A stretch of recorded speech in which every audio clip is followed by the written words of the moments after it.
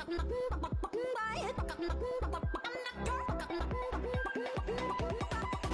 not your.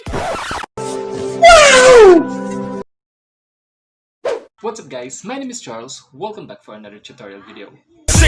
With it, group drop. Kung bago ka pa lang sa channel ko, please like and subscribe and hit the notification bell para lagi kang updated kapag may bago tayong video. So without further ado, let's get to the video. What's up guys? Welcome back to another tutorial video. So kung bago ka pa lang sa channel ko, please like and subscribe and hit the notification bell para lagi kang updated. So for today's video, tuturuan ko kayo kung paano nga ba palitan ang inyong YouTube URL, channel link, or custom URL. Yan yung mga tawag sa link na ito. So paano nga ba palitan ito papunta sa ganito? So kung interesado ka, umpisahan na natin to. Para sa samot-saring tutorial, this is aptalk.ph. So pumunta lamang tayo sa inyong mobile phones, hanapin ang Chrome or kung may browser kayo dyan, hanapin nyo yan, tapos click nyo yung tatlong dot and check nyo itong desktop site. Once na naka-desktop site na tayo, search natin ang youtube.com sa search bar. Then, enter. So, makikita nyo dyan yung interface ng inyong YouTube. So, dun sa channel art nyo, i-click nyo yung channel art nyo. Wait, i-make sure muna natin na nasa desktop site siya. So, punta tayo sa inyong channel art. Then, sa channel art, hanapin natin yung settings. So, sa settings, hanapin nyo lang yung channel status and features. So, zoom natin para makita nyo. Kasi medyo maliit siya. So, ito yung channel status and features. So, i-click natin yung channel status and features. So, yan. Mapupunta na tayo dito sa channel or dito sa inyong status and features.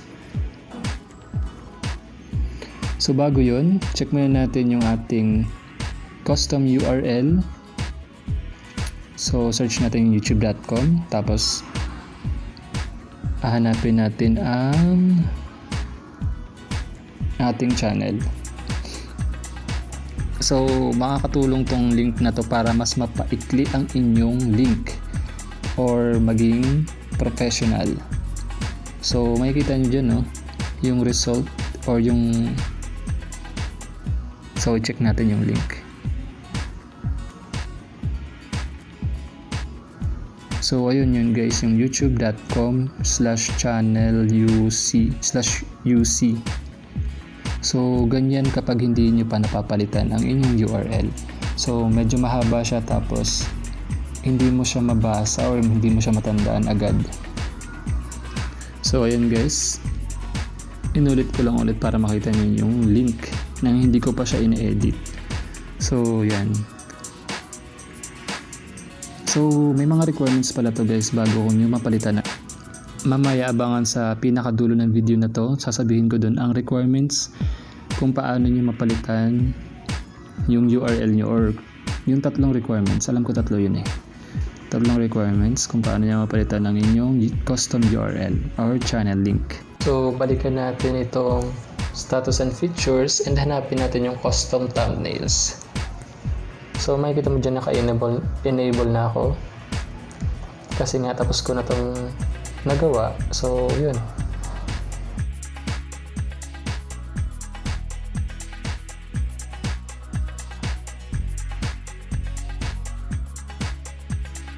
Then, mapupunta tayo dyan sa advanced settings. So, makikita nyo dyan yung inyong user ID at saka yung channel ID nyo sa YouTube. So, itong channel ID lang ang pwede natin palitan. So, mababasa mo naman yung default channel. Ayan yung aptalk.ph, the default channel. Basta yan, bla bla bla bla. Tapos, nakalagay dyan, you're eligible. And kung eligible ka na, So, yan, makikita mo yan, magpa-pop up yan. Get a custom URL. So, kung okay ka na dun sa na-recommend ni YouTube na custom URL na youtube.com/c/apptalkph, pwede mo itong lagyan ng mga characters or number. Tapos, ikaw bahala kung ano gusto mo. So, yan. Check mo lang yung I have read and agree to the custom URL.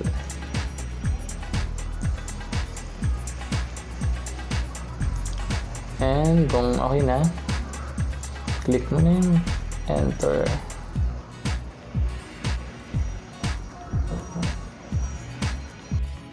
So, balik tayo sa browser natin sa Chrome and search natin yung kanina. So, makikita nyo dyan sa search bar na yun pa rin yung dati nating link. So, walang problema dyan kasi i-refresh nyo lang naman yung link na yan or yung search bar na yan. So, try natin hanapin yung youtube.com/apptalkph.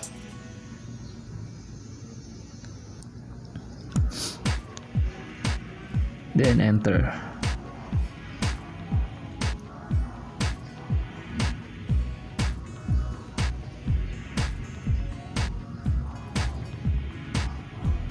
Medyo mabagal, no? So, yan, makikita natin sa link na yun na talaga yung lumabas, yung youtube.com/apptalkph. So, dyan na nagtatapos. Maraming salamat.